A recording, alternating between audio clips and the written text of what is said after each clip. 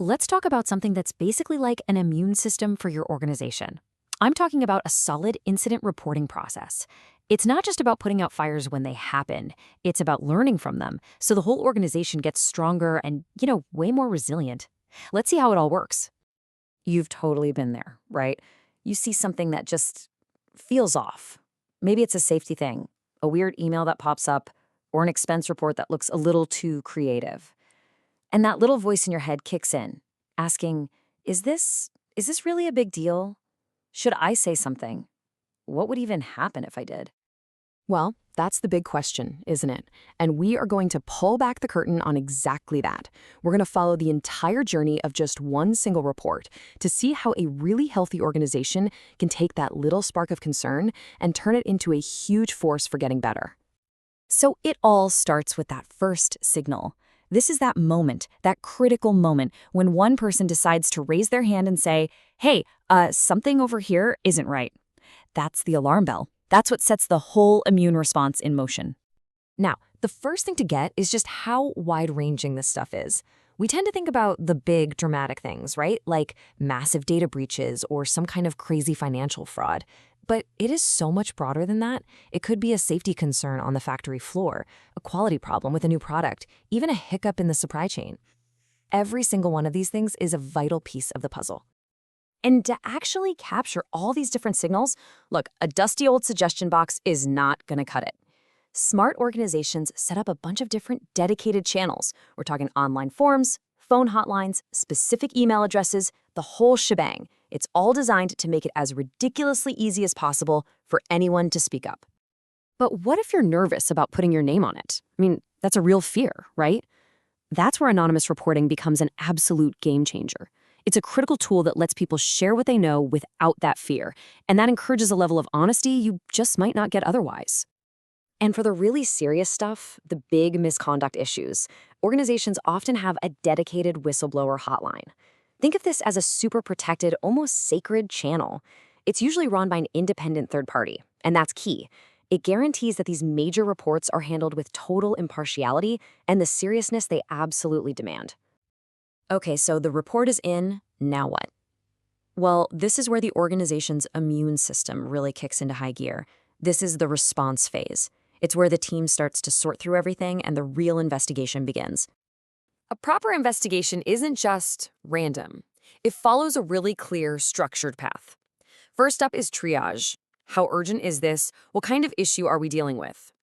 Then the detective work starts, a deep dive, a root cause analysis to figure out not just what happened, but the much more important question of why it happened.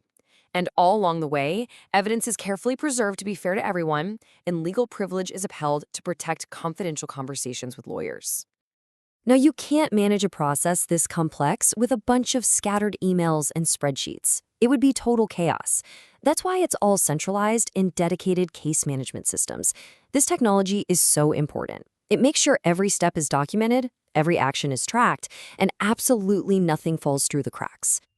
Okay, so finding the problem is one thing, but fixing it, that's the other half of the battle. Now we move to the fix. This is where the organization takes real, concrete steps to heal the issue and talks about what it's doing. Think of the response happening on two parallel tracks. Internally, a super detailed remediation plan is put together to fix the actual root cause, and that case does not get closed until the fix is 100% verified. And at the exact same time, externally, the organization is communicating with stakeholders, customers, investors, and following any legal rules about notifying regulators. But here's the thing, just fixing one immediate problem isn't the real win. Not even close. This is where we get to the real payoff, the learning. This is how an organization goes from just patching holes to actually preventing future ones. This is how it builds antibodies. So it's not about looking at one incident in a vacuum. The real magic happens with trend analysis. When you zoom out and analyze the data from all the reports over time, you start to see these hidden patterns. You might ask, hey, why are safety issues suddenly spiking in this one department? Or are all these ethics complaints clustering around one specific policy? This is where the data starts to tell a really big, important story. And this chart right here, this is exactly what that learning looks like in the real world. Check it out. In year 1, you've got 25 safety incidents.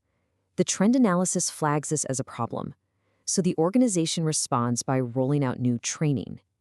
And the result? In year 2, that number plummets to just 8. That is learning in action. That is the immune system getting smarter and stronger. And these powerful insights aren't just buried in a report on someone's desk. They're visualized in clear, easy-to-understand dashboards for leadership to see and, more importantly, to act on.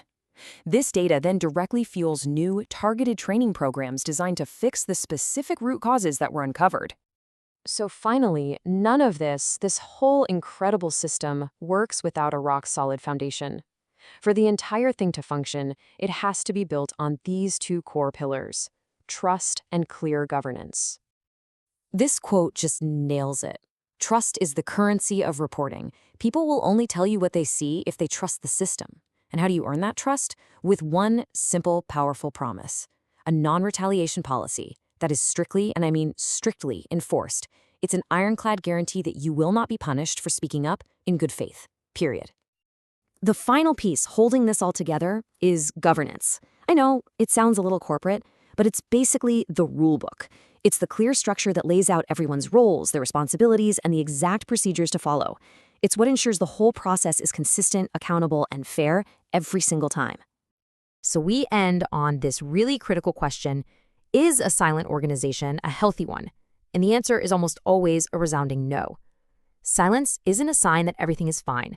It's a sign that the immune system has failed, that people are too scared to sound the alarm.